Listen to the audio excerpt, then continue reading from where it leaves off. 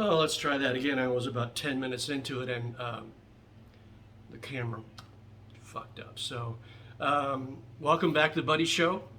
Once again, coming to you from the beautiful mountain city of Chiang Mai City in northern Thailand.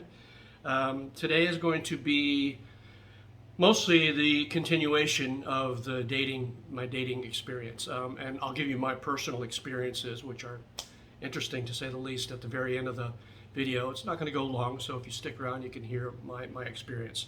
First, the weather here in Thailand, northern Thailand anyway. I've got my coffee and I've got a chocolate orange mooncake that you saw a photo of if you are on my Facebook list.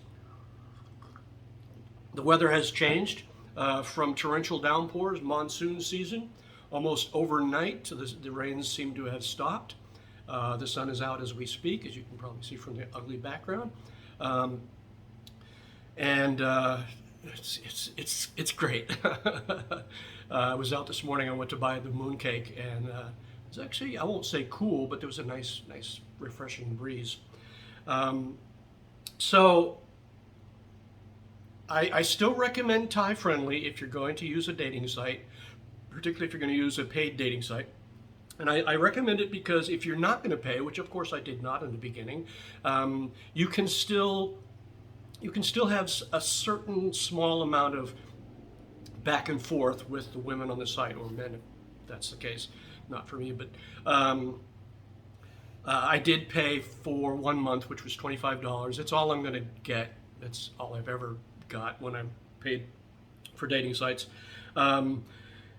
And most of the women are sincere and great, and I get a lot of women contacting me instead of me contacting them because, you know, foreigners are a commodity here.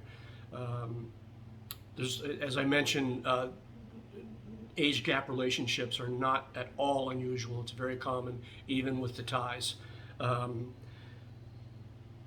Most of the women are sincere and lovely. They're all lovely. Most of them are sincere and looking for love. There are professional women on all of these dating sites, and I have come up with basically there's two.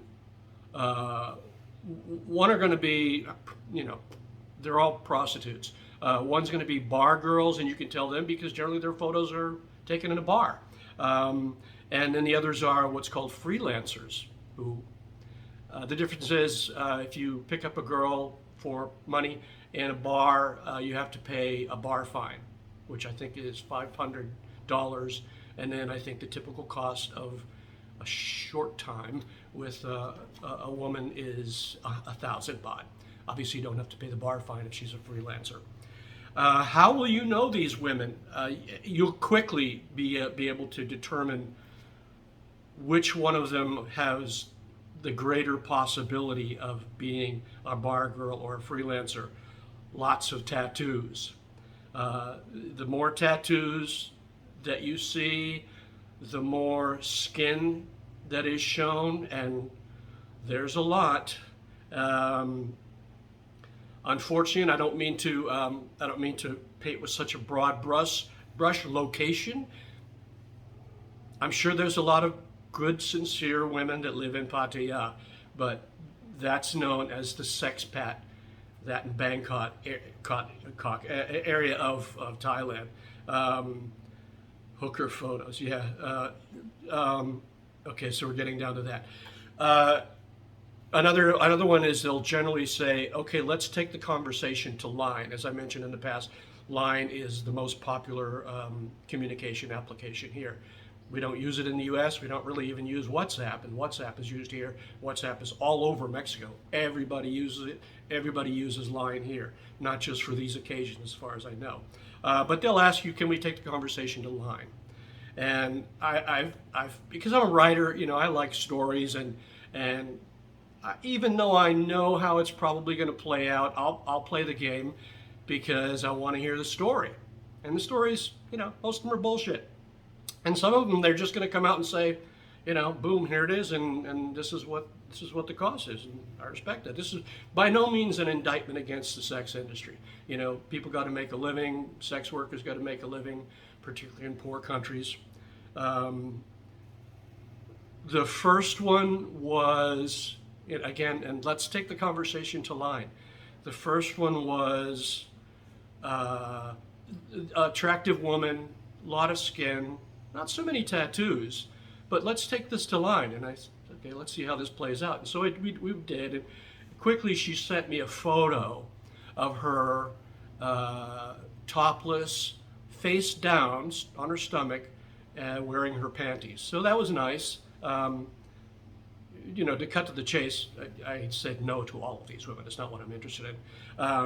So that was the first one. The second one was this young woman, probably 24. When she contacted me initially, I said, you're pretty, but you're too young for me. And she said, well, let's take it to line. I said, okay, well, let's see how this plays out. And so then we talked and talked a little bit, and then she said, I need to ask you something, with little frowny emojis.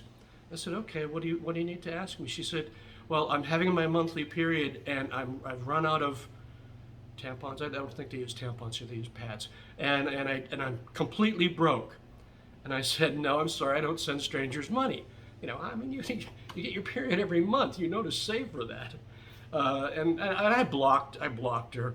The other one, and this is the one I've been alluding to, came on, and she said, let's take it to line. And okay, let's take it to line. And then so it came on, and she sent me a very provocative photo of her, if not naked, at least topless, but on her stomach with clear view of her cleavage. It was nice, it was impressive. And I said, oh, okay, great. Are you a ladyboy? Because ladyboys are very prevalent here. And she sent me a photo that proved that she wasn't a ladyboy. And you'll have to just take my meaning on this, because I'm not going to get prurient here. But these are my experiences. I've also been chatting with women who don't send me nude photos, and I don't want to see nude photos. I have a great deal of attraction for the female form, but I want to see it in person and not have to pay for it. So I'm going to continue. I have about, 2 weeks left for my membership, then I'm going to cancel it. I also, visa news, I got my first stamp for my education visa. So that's good until sometime in December. It's good for 90 days. And then I can go back 4 more times in total for a year. So that was fairly easy to get. If you want me to post, I have already on another video, but if you want me to post how I heard about that visa, put it in the comments below and I'll post it again. Anything that you want me to talk about, I'm happy to do so. You have to post it in the comments. If you leave me some juvenile frigging pissant post, I'm going to delete your ass, and I'm going to ban you, and I'm going to report you. So don't do it. You don't like my shit? You think it's boring? Don't watch. That's the end of the story there. Okay, back to Nice Buddy. That's the end. I don't want it to go on too long. My only request is that you like and subscribe to my channel. I've got 200 subscribers now. Woohoo!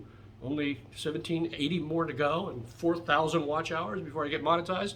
Monetization is not my whole point here. It's to record my adventures, and also to try to be somewhat of a help to anybody who wants to do this stuff.